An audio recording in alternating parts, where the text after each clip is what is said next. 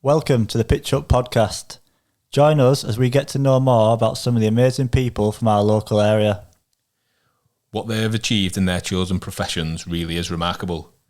We're excited that they have given us the opportunity to get to know them better and let us share their journeys with you also. This series really does prove that people from our local area can go on to achieve anything. We hope that you enjoy these conversations as much as we did, so listen up and we'll take care of the rest. In our first episode, we're excited to welcome Super League enforcer Brad Singleton to the Pitch Up pod. Listen up as we discuss fights on the field to family life. We cover it all in this episode. Right, Brad, thanks very much for coming on today's podcast. So I was just going to go through your career achievements. It's some list, to be fair, and even I didn't realise how much you'd achieved in everything in your career. So 2009, played for England schoolboys and then signed at Leeds. 2010, went to England Academy, and then in 2011 made your Leeds debut against Salford and also captained England Academy. 2013, played for England Knights.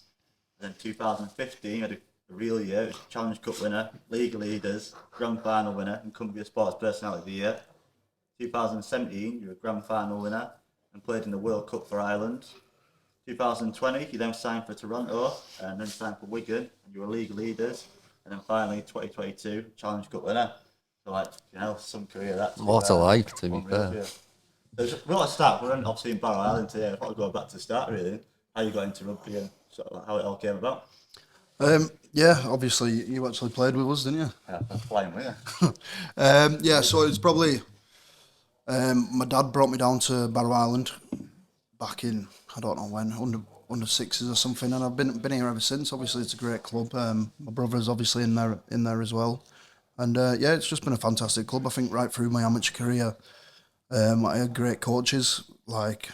Probably miss a few, but there's Neil Shaw, Dean Marwood, Steve Jackson, Steve Oyland, and they were great. And then what underpins it all, which everyone's been influenced by him, is John Jefferson. Yeah, some man. So yeah, I think if you're growing up in Barrow, you're either football, rugby, or both, and I think rugby's still right for you. Where did you go to school? The infants was Ramsden Infants. And then it went to St James's, and then the great school Alfred Barrow. What were we laughing at? Who was your best mate growing up? I probably was always closest to the rugby lads. I think with the three schools I went to, they never actually followed path. So, as they all usually link, so you go to... the path of the three schools. Man, I kept swapping. So I think this later in life was probably something that helped me. So I went from the Ramsden Infants, had a group of friends there. So all of that ended up being Thorncliffe and stuff. Yeah. But I went from there then to had to start fresh at St James, and then had to start fresh at Alf's. And I'm one of five, me. So that was the path we did. So it was mum and dad just saying, look, you're going to that school, and I'm not really interested if you can't make it. Keep your friends. So it was a case of just learning to make new friends. So what was probably stayed the same was probably the Barrow Island team and the Ryan Shaws, the Adam Jacksons, Spencer Islands, and they're still my mates today. What do you think? I always think about lads that have played. You played with some good players even local when we were younger. You've named a few there. What do you think how do you think UK made it in the end and pushed through? What made you different? It's tough, innit? Because I think the sports itself. I think it's like yous have had careers in football. It's probably tougher with football because the pool's too big. I think in rugby league, if you get to a certain point with your discipline and your fitness and your rugby league knowledge, I think if you can get the mentality over the line, you could probably achieve it a lot easier than football. But then again, I've seen so many get cast away. So I'm not sure what's different about me. I think it's hard to say. To talk about yourself like that. It does help that you double art. Yeah, I think it's just a mentality when you get on the field. I've always felt like I needed to be, I don't know, in the arm wrestle and come out on the winning side. And I think it's more about mentality and making it.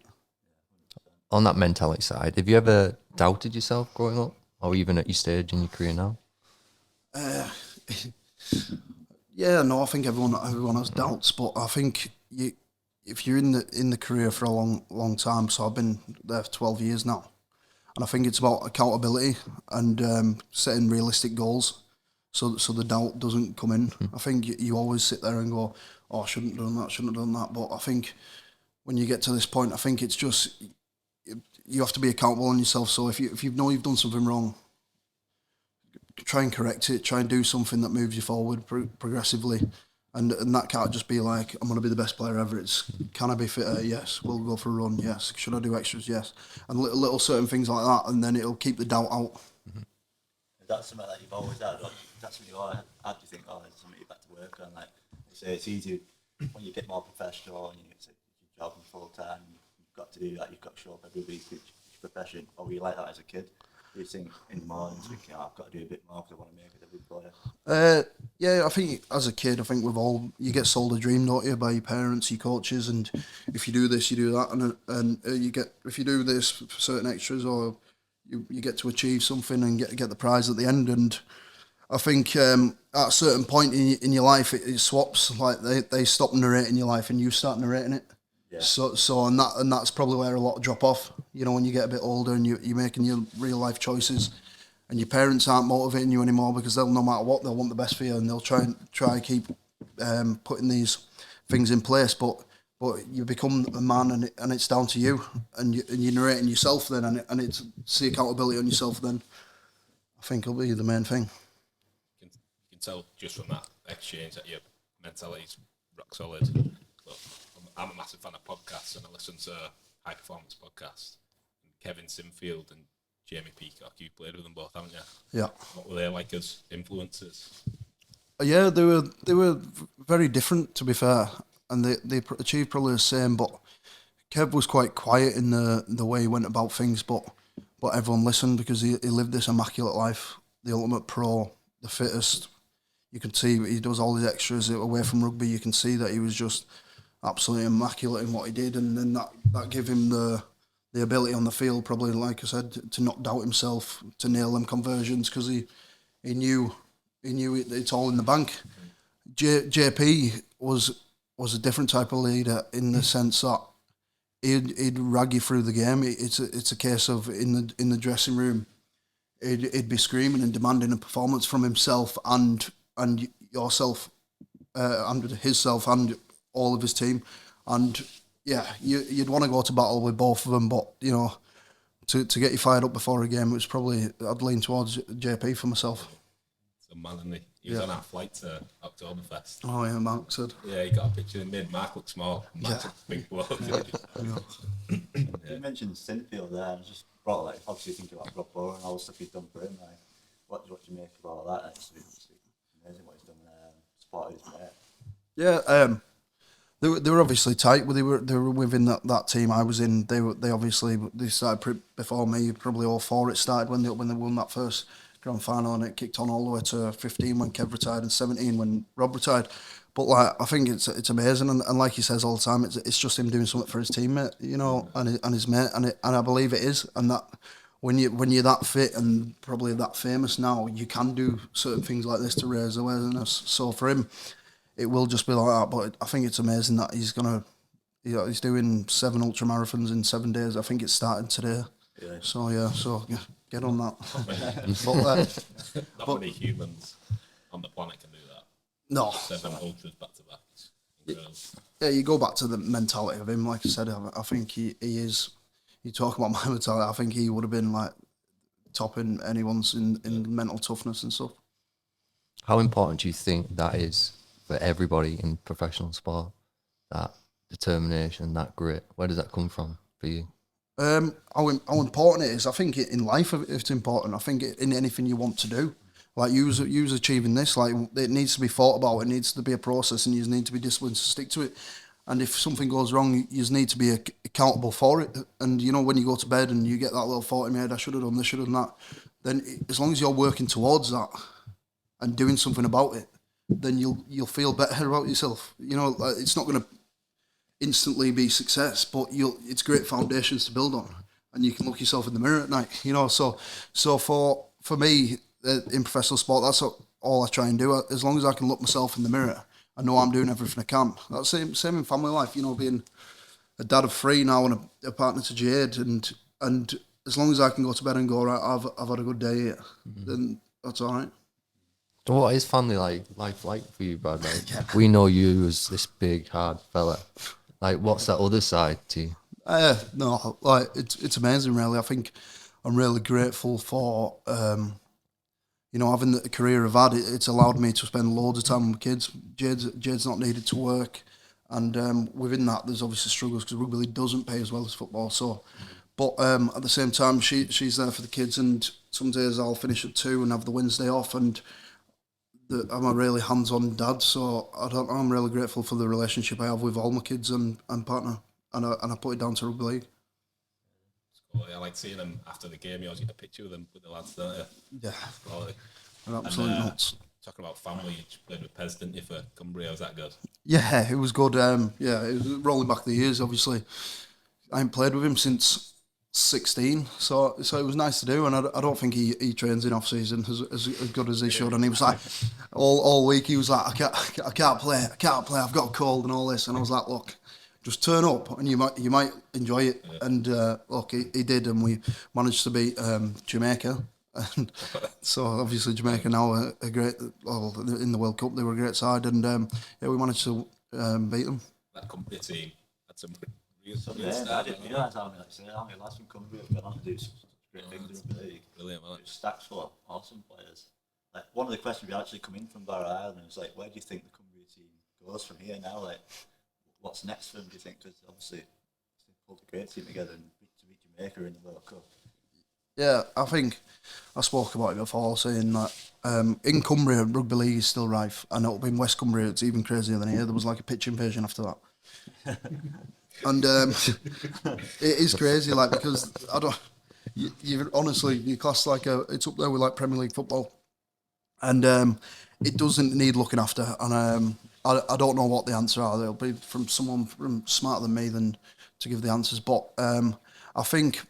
Between the 3 teams, Cumbria itself, it needs like someone from the RFL to safeguard their operations and what goes on. Usually, I know Barrow are doing great at the minute, but usually they take turns in who's messed up and who's doing well, and it just goes like that. Since I've been playing, it's always like, oh, White haven't going well this year. Oh, well, working and nearly folded, and then it could be the same. I know, like I said, Barrow since the takeover has been great, but I think if we were to be serious and say there's a future in Cumbria for Super League and for rugby league, which it should be because of how much it's liked, I think that someone should head up and just watch what's going on and have a criteria of what they need and have an academy and try and get them to this new thing's coming and trying to get all 3 of them to category A.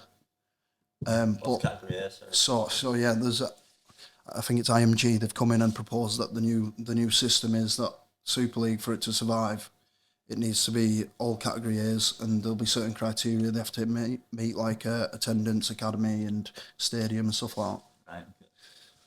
So for you personally, so that's obviously great for Cumbria. For you personally, what's your biggest achievement?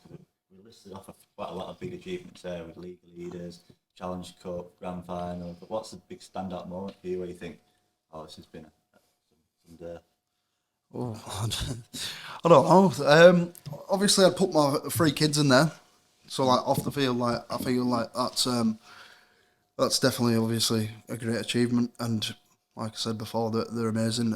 But on the field, it's hard when you're in the moment because, like, we're talking like saying, what's my achievement? But like Kevin Sinfield, Jamie Peacock, I've got to double that list. I still haven't made my England debut, so I don't think of it as like... Still pushing. Yeah, so like, whilst I'm in it, there's still a grind there, and I don't sit back and go, oh, that was a good one. Well, I do sit back and say that each one's a story and they are the good ones, but I don't have a singular moment. But if I were to pick, it was probably the first trophy in the Challenge Cup. So that was my first. I've been in this team, they all win for years, and since I started playing, so I made my debut in 11, but I was probably a ever-present player from 13. So 13, they didn't win anything. 14, I got dropped for the Challenge Cup final, and they won it. and then 15 was the opportunity where I got to win it, and I felt then I belonged in the team, and obviously from then we won a bit more. After all your wins, what was the biggest celebration? What was the biggest piss up after? Oh, It's got to be 2015. 15, it must have been a good one. I can't remember it. It's not me. Yeah, it was obviously rugby players like a drink, and yeah, probably 2015 when we won that treble. That was probably, I think it kicked on to the next day because we had what did we have? We had like a homecoming in the stadium and that, and all the lads were still drunk. Just going back to Barrow Island, saying how great the club is and let us come in here, let us use the space. Pictures on the wall. It must be good coming back in and seeing that, and everyone here knows who you are because what you did for Barrow Island and now what you've gone on to do. But I just want to know more about how James Bonner was as a rugby player. Well, yeah, Barrow Island, like I said, it was an amazing time. And James Bonner, obviously, for people that don't know, he actually played for Barrow Island, didn't you? All right, yeah. And Some great memories. Yeah. we spoke about it last time at that do Mark and Page's thing, and he said to me, "Do you understand? I used to run on fear." I said, "You were fast though," and he goes, "Yeah, you don't understand. I was running on fear." So like, there was obviously no real future in the game because eventually people will tackle him. And That's when I turned football. yeah, do you still run on fear? I'll tell you what I think I want to know, but I think everyone wants to know. I always see questions online and people asking like, who's the toughest players you played with. So imagine you're walking down a back street, and you bump into pitch up lads, and you're shitting yourself. A big scrap on. You get to pick two mates, one player you played with and one player you played against. Toughest lads. Take us on. Oh, use free. Yeah. Oh, well. I could pick my kids. So two toughest people, like One you played with and one you played against. JP probably, like, just for his mentality. Yeah. And I'd put Mickey McLaurin in there. I played with him in Ireland. He's a tough lad. And never say die sort of attitude. And yeah, he's a tough lad. So I'd say JP. And against. Against, yeah. Play against some tough lads. I was trying to remember. I don't know. Adrian Morley, clearly, yeah. So, I reckon, scary man. yeah, Adrian Morley's a tough bloke. I ended up playing with him, and we played the Kiwis for Leeds. They had a bit of a warm-up game against the Kiwis, and Leeds invited back Ali Lawatiti and Adrian Morley, and it was class, yeah. Wow.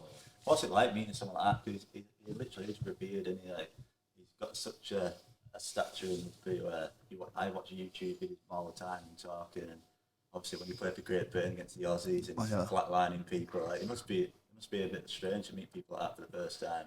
Oh, you're used to it now? Are you used to this? So? Yeah, I'd probably say you're used to it. Obviously, when you meet him, you're aware that he was a great player and a very tough man, but like that doesn't come across when you meet someone. But he's honestly the nicest bloke. You'll be surprised how happy and like jolly he is. He's a great bloke. I think when I first moved down, that was the weird part. Seeing him from the telly to the training, and I remember on the treadmill, I was training with the first team, and Kev was there and running next to me, and he was like, "You all right?" And I just looked at him, and I just ended up just turning red. I was like, "This is weird," like you watch him on telly and that, and then obviously that dies down, obviously. Did it take you long to settle in, or was it not too bad? Some big names in that team when you broke through. Yeah, I moved at 16 years old, and I ended up living with. He was like the scout, and he's like 70 odd. 60 odd, 70 odd. So that in itself was challenging for a 16-year-old lad. I had to. This is what I was saying. When I was moving in these schools, it must have prepared me for this because I moved with no parents or anything. So it was just me, and I'm quite like chuffed I did that because it could have easily stopped there, and I could have easily just stayed around here, which was probably the other option because you don't know any different growing up in this town. So to get the ticket out and not realise of the opportunity and what's to come, it was probably the best decision I made. Big jump at 16 on your own. To be fair, like, we talk about people being tough in rugby as well, but one thing that I've always spoke about at the minute is like concussion and people like looking after themselves health wise. Is that something you worry about, or obviously rugby, or do you think that the clubs are doing enough to protect you from that? Yeah, it's a topic at the minute, and it's hard to as a player, because you have to remember I get my money from and to feed my family and that from this organisation and thinking, but like, I'm really aware about what could be. You know, I know they say it's not related, but like Rob Burrows, M&D, you don't know if that's connected. And Stevie Ward, my mate, I played with him for years. He retired at 27 through concussion, and you have to be aware of it. And I don't know where it goes. And I know they're trying to look out for it, but are they going to spoil the game in the way they're giving penalties? Are faking injuries going to creep into the game, which it did last year, and could that spoil it? I think it'll get to a point where they'll do the best they can. Any sort of head collisions, it'll be a red card and a ban. But I think at a certain point in time to move forward, it'll probably end up rugby players signing a waiver. I don't know if UFC and boxing. Yeah. I think it's probably just to admit that it is a combat sport in the sense that there are going to be repercussions, and it's hard for me to say because like I don't want to end up with onset dementia, because right now they're trying to sue the RFL 75 players because they've got onset dementia from the 90s, and it's hard because I would hate that, you know, to have that, but would I have played the sport if there wasn't a whack and stuff like that? So I think it's a very fine line you tread, in the sense that I really hope it gets safer. But at the same time, we probably need to keep the identity of the game. So it's hard for me. Well, it's probably interesting to think, like, if you had a choice, if you were to go and have dementia in, say, 40 years' time, and miss out on all the experiences, all the memories, all them moments, would you still do it? That's the question. It is a tough question, that, and I understand where it's come from, but I can't say, because forgetting your kid's name at 60... Definitely. Is too big of a. Yeah. I can't probably relate, because I won't want to be in that situation. But I understand that it's gave me everything, the sport, in life skills, in experiences, achievements, friends. So it's tough. How is your body? Like, how's your injuries? Do you reckon you've got a few more years left yet, haven't you? Definitely. Yeah, I've just turned 30, and to be honest, I've been quite lucky. I've never really had. I've had one knee op in the LCL, but that was brought on by someone kneeing the inside of it rather than myself breaking down. So apart from that, I've got a bit of a bulging disc in my neck. But they said because I'm not really feeling any injuries from it, it's fine, because I got up on my elbow, and it picked up. We needed to scan for nerve damage, and they said it's a herniated disc there, but. To be honest, like I feel fine. That's good. I feel great. What's the aftercare like, rugby? Because obviously you put your body on the line for all these different clubs throughout the years, and then one day you're going to retire and you're going to be left with all these injuries. Is there any sort of aftercare? Do they look after you, or no? Or is it literally once you're out the door, you're out the door? Yeah, I think it's more like that, and it's probably where it misses out on things. And so NRL have got players union, and this is where the Super League fall down, really, because there is no players union. So they argue about minimum wage and stuff like that, and every season they get, I might be wrong with it, out by a couple of thousand here, but I'm sure they get 8,000 per season they played for NRL, and they can only grab that money at the end. So people like Keith Galloway, who I played with, was leaving to a nice pot of money, you know, when he goes home and retires. That's brilliant. And rugby league, Super League haven't got that. Right. So that it's probably they try the best in the sense that everyone's got a welfare manager now, and they try to get you into courses, and they have to tick certain boxes on checkups and what you're going to do after rugby league. But for actually any sort of thing like that we probably let ourselves down. Do you think that's because rugby league over here doesn't have as much money as the NRL? Or yeah, basically. Why isn't someone setting that up for Super League? I don't know the answer. I think one time John Wilkin tried to make a players' union, and it just fell through. I don't think the lads got behind it. But until we've got our best hope is Channel 4 challenging Sky in the sense for the rights. And until there's more money into the game, I think we're just held to ransom in the sense that Sky, who have done a great job in promoting the sport, but over there they've got a few channels bidding, and the money's just going through the roof. I don't think there's any better sport to watch on the telly than rugby league. Yeah. It's unbelievable. Well, it goes back full circle because you're all watching it. You want to watch the collisions, the big hits, the fights, and then big game. But then it goes back full circle. Like these lads are putting players on the line. Yeah. One thing I was interested in as well. Sorry, so we've listed that you play for Leeds, at Wigan, had some great experiences, loads of great clubs in finals and stuff like that. But your Toronto experience was a bit different, wasn't it? Because you went out there. I remember at the time. I didn't actually get out there. Did you not? Yeah, no. I remember it being a big thing. Toronto was signing all the players, and then it went obviously the way it went. But can you speak a bit about that and experience there? Yeah, it's a good story. So I got to a point at Leeds where they had a changeover of a couple of coaches, and for me, I thought the best route for me is probably out of here now. I was really grateful for the time at Leeds, and it was a great career in the sense, and won things and that. And I thought, all right, Brian Mack's gone and signed my old coach, where we achieved quite a bit together, and he goes, right, come over to Toronto. And my first question was with my agent, and we were like, no. No. Although it could be. I still wouldn't know. My first question with the agent, we were like, but will it fall through? And he's like, no chance. Because what they were saying, there was just this billionaire paying wages, and like they're getting no central funding, and they're paying for people. Like if a team played them, they were paying for their hotels, and he was just spending like ridiculous. He did actually spend 22 million in the end, like just out of his own pocket.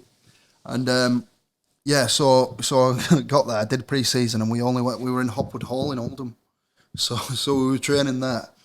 And it got to there was COVID, wasn't there? So it all came out, and they said, right, the league's going down. So for a period of time, and as that happened, how David Argyle was paying the wages was through the stocks. So he was only doing it on the rise of his assets and stuff like that. And once COVID hit, it all went down. And I remember Brian Mack ringing me, because obviously we've all been sent home, all Super League guys. He's rang me and he goes, "What are you doing?" He's quite a funny bloke, like ex-military, like really like alpha male type bloke. And he's like, "What are you doing?" I'm like, "Oh, not a lot, not training or out." And he goes, "What do you spend your money on, you?" I went, "I don't know. Why? And he goes, "Do you ever need buy shoes?" And I was like, "Buy shoes? Why would I buy shoes?" And he goes, "Well, anyway, don't buy any shoes." He goes, "I don't think the money's coming in."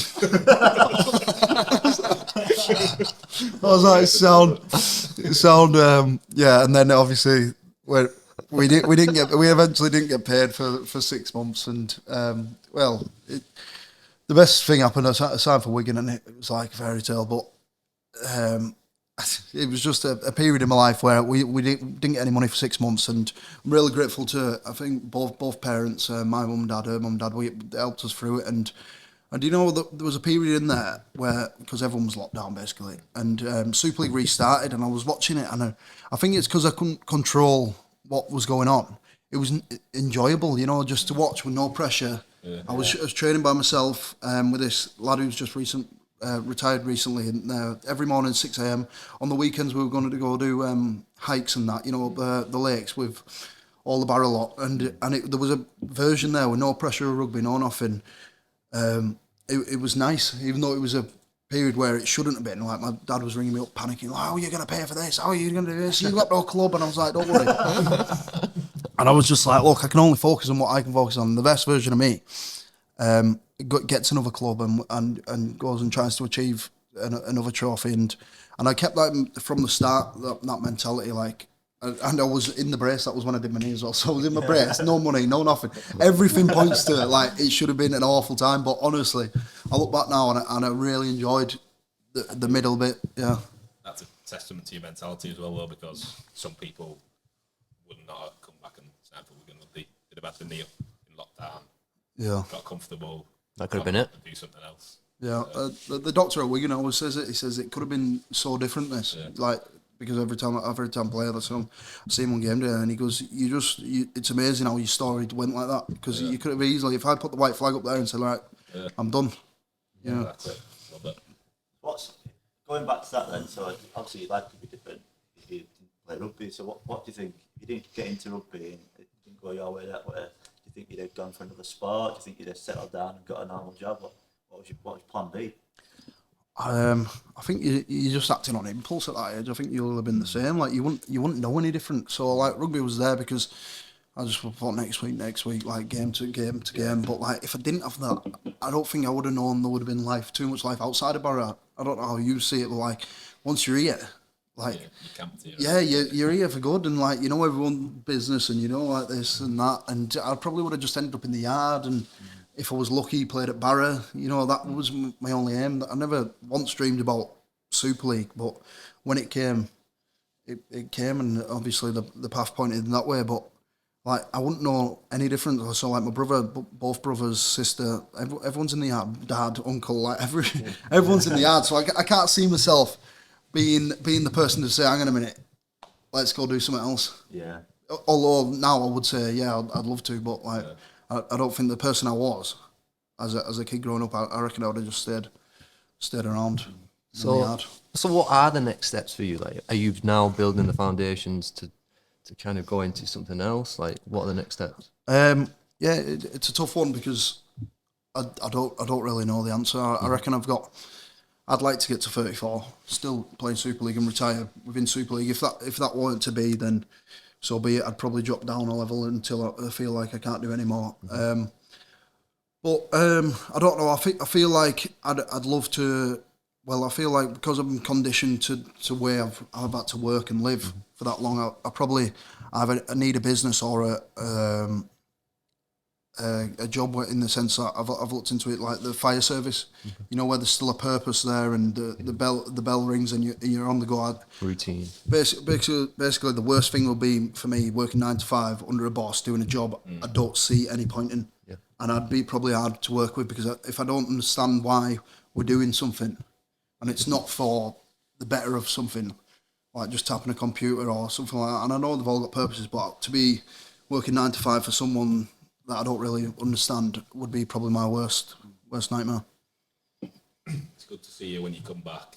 You put some sessions on for Barrow Island, don't you? Because we have so many kids teams here. It's flying at the moment at the club. Do you think you'll come home, or do you think you'll stay outside of Barrow? Because it'd be good to see you back here coaching. And I'd like to see you play for Barrow when you retire, but you reckon that's on the cards, aren't I don't honestly know. Me and Jade speak about it all the time. Like we're happy in a little village in Billinge. Obviously, we had the city life with Leeds, and then we dropped down when I signed for Wigan. And it was probably the right time because I've ended up with 3 kids, and it took the city life's quite manic, and then you come down and it's a bit quieter in the little village, and we say like there's opportunity. I'd love to give back at some point in my life to Barrow and Barrow Island in the sense like coaching or doing my own like coaching clinic in the sense that to just trying to up the standards and hope more people can achieve the path I went on with a little bit of help. I'd love to say that's the case, but it'd have to be what's best for the family. So I don't know. I think you'd be brilliant at that. Yeah. Just a question based on, so when you moved away from home at 16, how have you found that isolation of living away from home where all your friends, all your family are here, and then moving somewhere else and everyone's kind of thinking, oh, it's professional sport, you're living the dream, but they forget the isolation and the loneliness that comes with that? How have you found it? It's a tough question, and I'm sure Jade's answer will be different to mine because I think sometimes she will struggle because we miss out on all grandparents like for the weekend or things like that. There's no, I'll drop them off here and then I'll go shopping and then come back for the kids. So we've got the kids literally 24/7. But I have enjoyed putting myself on the outside of the comfort zone. Like like I said before, I feel like leaving Barrow was the best decision made, and then to go do it again was tough, and at times it is lonely, and you haven't got the go-to, I'll just go for a coffee with him and stuff like that. But at the same time, you feel like your little unit, so me, Jade, the kids, are just really tight, and we can achieve anything together, you know, as long as we've got each other and good dialogue, constantly talking about what it is. Are you feeling lonely? Should we go see someone? You know, like our parents. Should we go back for a weekend? Planning ahead and not keeping anything in. You know, till it bursts. And I think the tighter we are together, we can go do anything really. It won't surprise me if we ended up in France or something like that. Did Jade go with you at first when you were 16, or did you meet Jade after that? No, I've known Jade for a while. We all did since we all knocked about with each other about 15, 16, 17, and she came down in 2013. Right. So yeah, which was a tough ask really. You don't really see it. You know, she was 19, I think. Yeah. And you know, because I get all the questions and stuff like that. And she you don't really realise, wait a minute, this girl's just done the same. But there's no little like spread on her. We get her in, get her on the pod. We should have brought her in. And you've moved straight into a team, so you've automatically got a group of 30, 40 mates. She's got no one. She's what you were saying, that loneliness. Jade probably felt it more. Yeah, she 100%. Yeah. Did you feel that when you moved away to play football? Yeah, I think I still feel like that now. Like, everybody thinks it's great. You live in London, you live in this lifestyle, but really, I like a Friday night and I'm looking at my WhatsApp and seeing what used to be doing, and I'm like, I don't want to look at my phone. Missing out, yeah. I feel like I'm missing out, seeing what my mates do at a weekend, missing out on all the crap. You do make it worse, yeah. Well, then you send it'll be a Tuesday and you're out for champagne and oysters. I don't know about that, like. It looks really awful like that. But it is true, and it's finding that balance. And I think, as Brad mentioned, it's still that while I've still got that grind, and while Brad's still got that grind and that hustle, and you still try to make something for yourself. Maybe later on you cash in your chips, and then you come back home and you have that security, and you have that lifestyle where all your friends are on your doorstep, because it's super important. Super important. To change tack a little bit, what I'm interested in as well, like when you look at local sports again now and people that are doing well, is there anyone that stands out in your mind, someone who's going to push on and make it in Super League or in rugby?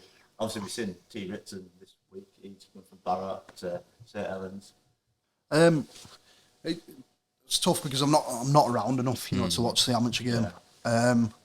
But like, yeah, T. Ritson's got a great opportunity. I played with him at Cumbria, and I left. Me and Kyle spoke, me and Kyle Amor, and we said like he is good enough for Super League, and he's not only like, you see the speed, and now and then you'll get other people like yourself, Bonner, you know, back in under 8s. You can see people fast, but like he is genuinely like rapid, and he can finish. So that puts him to a point where he can do that. But also, what did it for me that convinced me that he could probably grab the opportunity properly is he took the tough carries. The game's changed. So like when you're getting back, the forwards are a bit more fatigued than normal, and the backs now have to be tough, and they're taking them to start the set. And the Ryan Halls, Tom Makinson, they all do that, and T. Ritson was doing that in that Cumbria game, and I just thought like he could easily make it here, because if you've got that, then all that fancy stuff will come off, because he'll be backed. I hope he does. Top lad, isn't he? What are his challenges going to be though? Because obviously St Helens, massive club, obviously flying, I think they've won trophies year after year, and he's going into that environment from Barrow. What are his main challenges going to be breaking that team, do you think? He's got everything there. I don't watch lots of rugby, but he's got everything there to make it. It's probably when the opportunity does come. So when his debut comes, it's don't mess up. You know, it's consistency. If he can make a consistent performer of himself and know that the coach can't, they know the coach can rely on him, then you've cracked it really. It's only one man's opinion. He has to convince that he's not going to let him down, and then you will see some amazing tries and stuff from him. Singleton just lost the winger to Union as well, which helps him. Love to see him on the telly. He's gone to Saint South from Barrow, and like, half the Barrow fans are kicking off that Barrow have let him go. But like, he don't owe the club anything. He's like, what he's done this season for Barrow has been incredible. Half were happy for him, half were mad at Barrow for letting him go. Can't win sometimes. I hope he does really well. We kind of jumped about a bit, but we wanted to talk about what you were like as a boxer at Jets.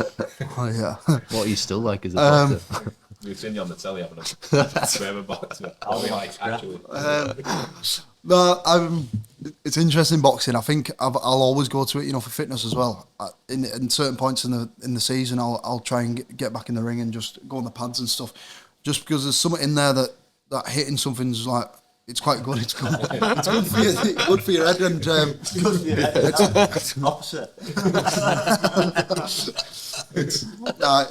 I've enjoyed it, and from about 11 to 16, I was there, and I think it's a cracking club. And I used to spar. So, like, as a boxer, I'm obviously quite clunky in the sense if a boxer's in, but I did enjoy it, and I used to spar Liam Conroy. Honestly. Yeah. So when it was sparring, I thought, for God's sake, can we get it? I could probably jab and like have an alright shot, but like he could move around and just put about 6 on me before I could even like put 2. And I reckon we must have sparred 50, 60 times, and I'm going to claim 2 victories in that. So if he's watching, I'm going to claim 2. But he paggered me, and he went on to be a pro boxer, and he was class. Yeah. Good watching him as well.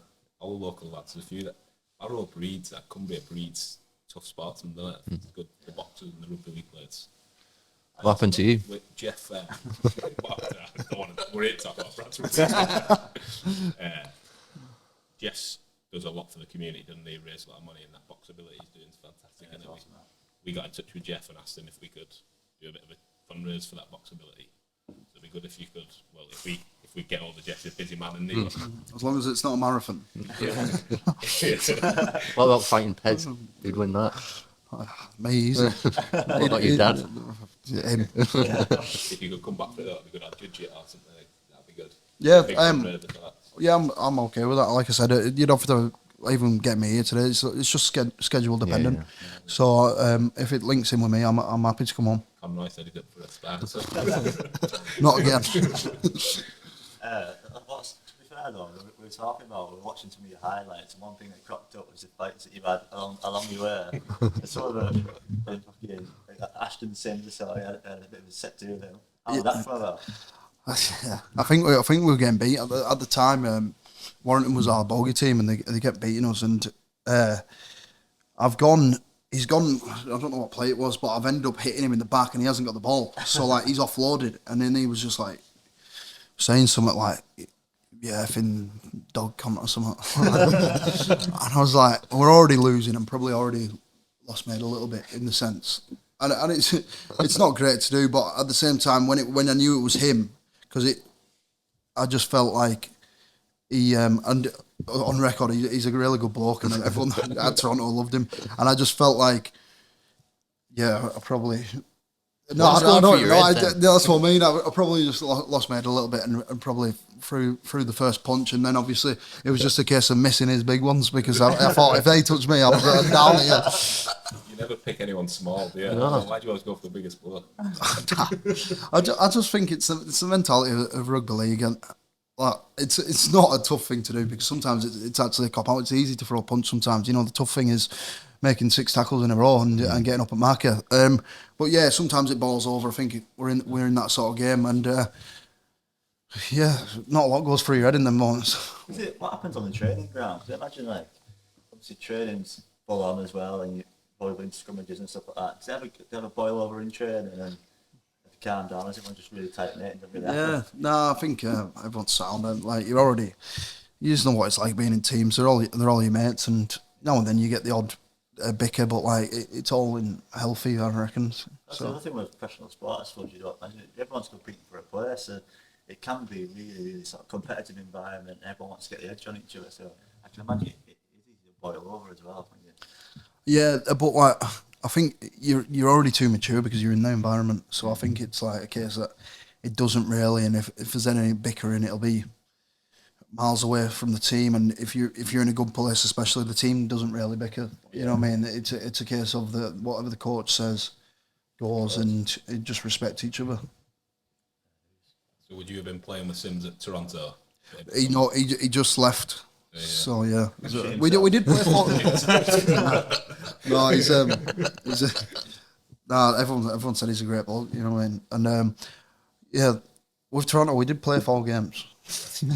We lost them all. But, yeah, I didn't manage to go over there. Like I said, I only went to Oldham. One other thing, obviously, you played internationally for Ireland. What was that experience like for you? And do you hope to play more international games in the future? Yeah, it's it was a tour in Australia, and I roomed with Kyle Amor for a full month. And, no, it was good. Do you know what? Like, we played to a point. We beat Italy, we beat Wales, and we just lost to Papua New Guinea to not go through. And it was a class tournament, and we went and played Papua New Guinea, and it was like 35 degrees. You had no air in your lungs. Like, the humidity was ridiculous. And I remember, and all the fans, you know, I didn't realise this, but they shout "cook 'em, cook 'em, cook 'em," because, you know, like, honestly, you can hear them. And yeah, I remember taking a carry in. Even the first one, it was like an inside ball, and I just ran. And honestly, someone just paggered my head, because they're all just like shoulders, heads, like just solid. And it was like a post box hitting you. And I just thought, this can't be all game. Yeah, we were close. We were close to winning, but no, we got beat, and it was a great experience. Is camp for a tournament a lot different to week in, week out training with you at top flight? Yeah, because you get took away from your family and stuff. So all the lads are just lads, you know what I mean?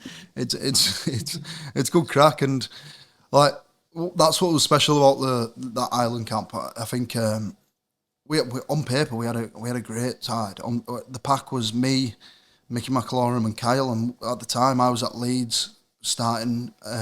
Mickey was at Wigan starting, and Kyle was at Saints starting. And then we had back rows, Louis McCarthy-Scarsbrook, who starts at Saints, great player. Ollie Roberts, who was at Huddersfield, he was great, and he ended up like NRL, wasn't him, because he went that well. And George King loose. So like, on paper, our pack was class. Like, and yeah, like I said, we played hard, but like, when it was downtime, it was good, you know, because you're in the middle of Cairns, 30 degrees heat, and it was good crack. Who was the coach? Mark Aston, Sheffield. You're on about the NRL and stuff, and obviously you went out to Toronto. Have you had any other I didn't go to Toronto. I wish I went to Toronto. Yeah, I was just wondering. I went to Oldham. Have you been in other offers, like from the NRL or other clubs that you've turned down, or opportunities that you haven't gone with? NRL, after the 15 season, like, the agent said, West Tigers are after a forward, but I think that's, unless you're headhunted and are at the top of the game, unless you're headhunted and at the top of your game, you're not really going to get handpicked. So, like, for myself, who was just going steady in a great team, it was, and without any international honours, it was just a case of, they're after a forward, are you interested? But I signed up to Leeds long term, so it never really happened. Obviously, when I left Toronto, that was the only one I was going to, because I was actually in contract at Leeds, and when I asked to leave to go to Toronto, and then after Toronto, so I was a free agent, clearly, because David don't want to pay us anymore. I'm still waiting for that money, by the way. Probably Jackal's fault. Playing the stocks. There was an opportunity. Ian Watson rang me from Salford, so Matty Pete rang me from Wigan, and Wakefield were interested, and another club, but I didn't meet him, so it was just between Salford and Wigan. And obviously, when Wigan came calling, and the conversation I had with Matty, I was only ever going to go there. Never look back. So when you come on to Barrow, what do you think Barrow needs? So from where you live, where you've lived in the city, you've had that city life, you come on to Barrow and you think, I wish they had that. I think Barrow itself probably needs quite a bit at the minute, doesn't it? I think if we're all going to admit that. Yeah. I think that's the first place where I'd start. I'd get the people in charge to stop saying like, but it is a nice town because of this, and admit that we probably got it wrong. Yeah. And then the foundations of that you can build on that, because then you're like, we're all on the same page here. But aesthetically and things like that, I think when you're going out now for a meal and stuff with all this social media rage, I think you're looking for an experience, aren't you? So, like, if you go to the lakes, you go get cocktails and you got the lakes and stuff like that. And Barrow probably needs to find something. And, you know, I think I spoke to one of my mates about, Portland Walk. They probably need to either roof it or not roof it, but get all outside eating, and drinking, and then there's an experience there. And you'd say, You look at Ulverston, it's booming again, just because it's got nice bars and places to go. And I think Barrow's struggling at the minute. I don't know what they've done with the town centre like. Complete contrast between Barrow and Ulverston. When they have an event, the whole town supports it. It's right through the middle of town, even just the lantern procession. Yeah. Like the whole town goes out straight down the middle of town, no drams, everyone looks forward to it, everyone gets behind it, and then try and do something like that through the middle of Barrow, and it's met with objections and stuff. I think it's because they've made it a place where you don't want to go. Yeah. You know, you walk around town now. I walked around and I was shocked with all the abandoned shops and they probably need to. I think you've been in an issue recently with trying to do something down there, haven't you? Yeah, they need to lower the prices of it or get people back there and make it a place where people want to go. Yeah, definitely. Favourite pub and why? Oh, in Barrow. Anywhere. Best pub you've ever been at. Yeah. Do you know in the Leeds Day at Arc, it's Manhattan now, but he was a sponsor of the club, and he used to like get us there for team nights out and that was probably the best time. Best time of my life. You can have it doesn't matter where you are, as long as you're in a good group, you can have a good time wherever you can. It's just atmosphere rather than, that's good because it's got nice furniture. Yeah. Good booze is who you're with, I think. Best event you've ever been to? Could be a concert. Could be any concert, anything, any event. I said, because of the rugby, I haven't really been to any, you know, because it's just been. The best sporting thing. I don't get rid of. No one that went to Liverpool, but I've not seen out. You know, I've never been too busy, and then in off season, there's nothing going on. Is there October, November? You've got nothing. Have you ever seen a I've managed to get to Kendall Colin a couple of times. That's probably up there because that's the only things I've been to. Come to our next festival next year. Oh, where is it? It's going to be at Barrow Stadium. Class. I'll go. I'll be there. Gives you 15 quid there. Have you ever seen a Union game? Yes, I went to watch Ryan Shaw. So he ended up getting signed by Leeds Carnegie. I don't know what they called it. Maybe Yorkshire by that point. They've changed the name that many times. And I was sort of linked because I made it happen in a weird way. Like, obviously, it's him and his agent, but I went to the person who, because we share the same place when I was at Leeds. So I went to the guy and I said, look, Ryan can kick. And he's looking for a move. And anyway, he signed. And it wasn't a big deal, but he signed and he thought, I'll give it a go because if I can crack kicking hit for these, then you're worth loads, aren't you, to a team. Anyway, there was a newspaper article to say this was the worst team Great Britain have ever produced. Worst sporting team. They didn't win one game, and there was a little bit inside of me that felt a little bit guilty. But yeah, he soon came back to rugby league. Perfect. That's everything, mate. Yeah, Like I say, thanks very much for coming on. Brad, honestly, thanks very much. Appreciate it. No worries. Good luck with it all. Yeah, good luck with your career, mate. Thank you. Our sponsors have sent you a present just behind you. Oh, thank you very much. You tell. So, All good. thank you. Thanks very much.